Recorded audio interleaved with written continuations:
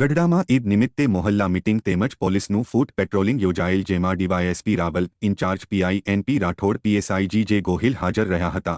ગઢડા ખાતે આગામી સમયમાં બકરી ઈદના તહેવારના અનુસંધાને પોલીસ દ્વારા મુસ્લિમ સમાજના આગેવાનોની ઉપસ્થિતિમાં ખોજા મસ્જિદ ખાતે મોહલ્લા મીટિંગ યોજાઈ, તેમાં તહેવારની શાંતિપૂર્ણ માહોલમાં ઉજવણી થાય તેવું ડીવાયએસપી રાવલ દ્વારા માર્ગદર્શન આપ્યું હતું, તેમજ આગેવાનો દ્વારા શાંતિપૂર્ણ રીતે ઉજવાય એવી ખાતરી આપી હતી, તેમજ ગઢડા શહેરની મુખ્ય બજારમાં ફૂટ પેટ્રોલિંગ કર્યું।